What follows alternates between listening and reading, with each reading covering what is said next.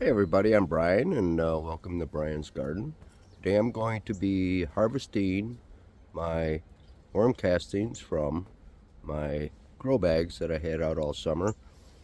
Actually, they didn't get out till like the middle of June, and now we're approaching the end of October. So it's been over 4 months, and let's see what we ended up with. So here we go. These are the 3 grow bag worm bins that I had outside all since June. And 2 on the right are 50-gallon, and I don't know what the size of this guy over here is. It's not 50, it's probably 25, maybe, perhaps. But this is my favorite way to raise worms. Now I'm gonna just start getting into here and showing you what we're doing. But first thing I did was try to bait these guys out in bait cups, but they were in the shade and it was been cold. We've had a couple frosts, and I put my compost thermometer in there, and it was the mid 40s, and nothing was crawling into the bait cup. So I put them out in the sun. Unfortunately, the only sunny spot I had available was on my onion bed, and I know I'm compressing that soil, so I'll have to address that in the spring before I plant onions. But anyhow, let's take a look into here, a dive into here, and see what we get. Okay, so I've taken the reason I have the 5-gallon buckets on these bins is to hold the bubble wrap in place, so it doesn't blow over or whatever. And the bubble wrap does a really nice job of holding the moisture into the bag or the bin, whatever. So I'm going to pop this off, and here is the bait cup in here, and that hopefully is full of worms. Now you can see the darker area here, and this is lighter out here because I watered this and I didn't water the perimeter. It's been very dry, and this was hopefully to bring more worms into the bait cup. So I'm going to dump the bait cup out and show you to see what we got. Hopefully there's something in here. Okay, this is the contents of the bait cup, and there's a lot more worms in there than there was when it was in the shade. So I guess I did a pretty good job of getting a lot of worms out. And these are on like the midget size of worms compared to the ones in my CFT bid that I give a lot of worm chow to. And these get some too, but there's just so many in here. They're way overpopulated. But that's okay. So now my next step, now that I've harvested this mass of worms, go back to the bin itself. And this is the bait cup I used. Just a coffee can, plastic coffee can with holes poked in it. And I just want to show you these awesome castings. I mean, this is just corn cob. This material is just wonderful. Nice and dark and rich. You compress it a little bit, and it just falls right apart.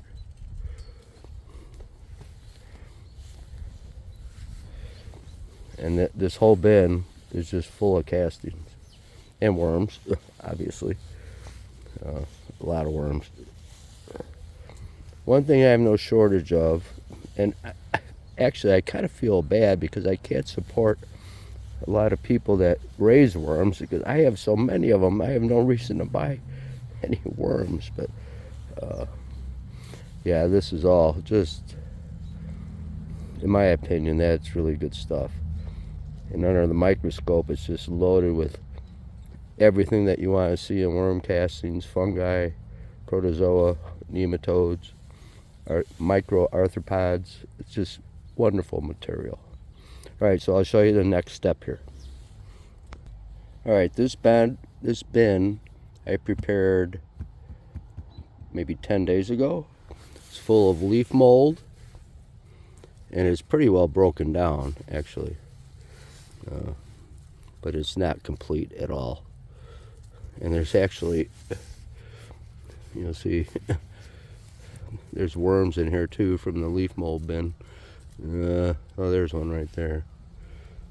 So I'm constantly changing the genetics of my bin with fresh guys. So,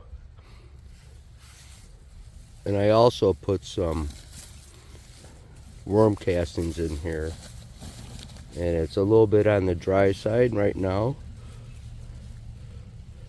I can almost squeeze some moisture out, but I really don't want it too wet because I'm going to give it a pretty good feeding. So now I'm going to dump the worms I pulled out of that bait cup in here.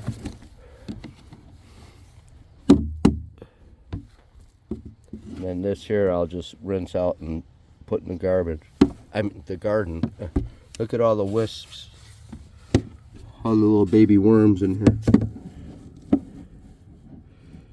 It's just full of them. So I'll rinse this out with some water and dump it in the garden. There's no way you can physically pick these up. Well, you could one by one, but I'm not going to. Now that I got these worms in here, and they'll be very familiar with this bedding because it's what they've been raised in. And I did put some castings from their bin in here as well. And then I'll just show you the next step.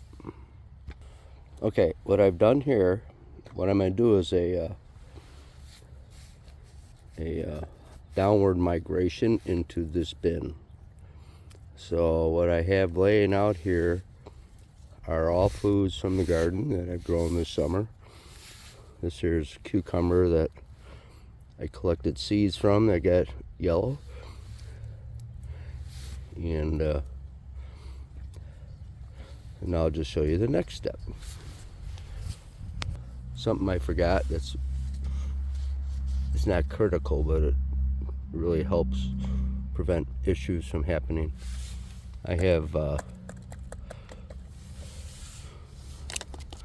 little pots in the corners to act as spacers, as not to compress this material, so the worms above have an easier time getting down below where I want them. So, okay.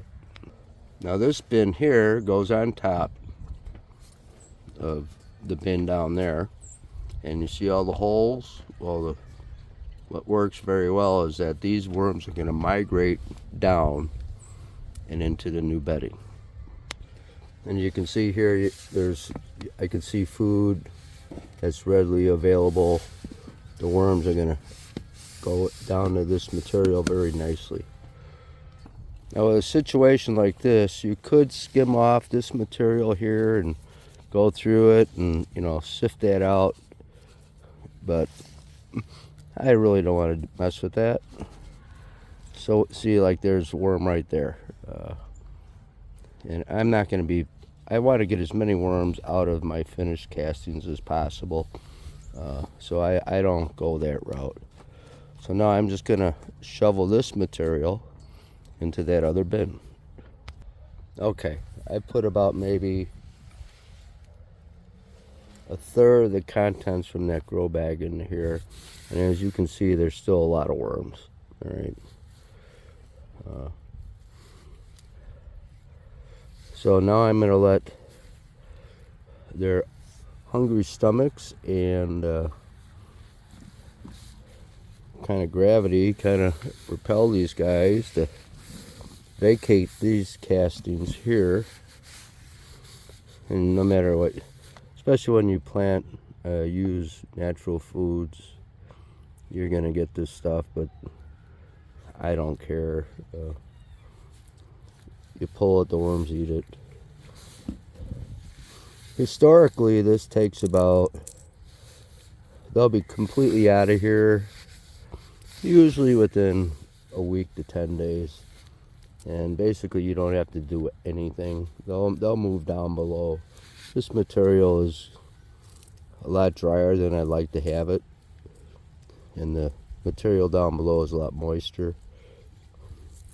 And now I've gone to completely just this is shrimp tail. I just pulverize that into my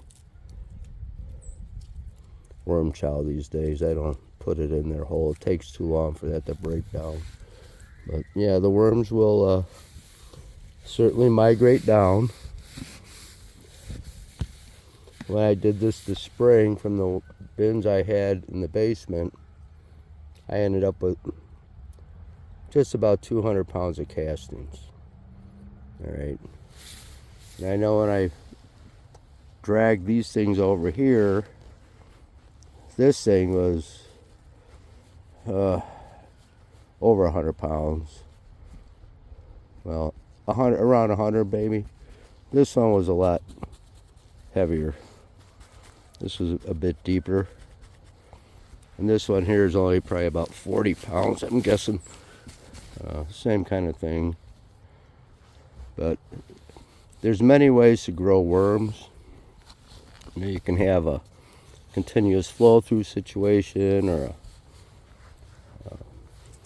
you can do them in buckets. You can do them in many ways. The reason I like this method for me is it doesn't take much work, and I end up with some really nice castings at the end of like this period here, just over 4 months. And these are just wonderful castings. I'm gonna actually send a sample away to UW just for shits and giggles to see if I've increased the nitrogen using comfrey this year. But well, we'll see. And then what I'll do, we're gonna get some rain and stuff over tonight and the next few days. I'm gonna just leave these out here, but this I gotta take in the garage because you don't want this to get soaked. So anyhow, that's it, and I will do a follow-up video and let you know exactly how much material I harvested from here, and also the lab analysis from the UW. All right, hope everybody is well. Have a good day. Bye now.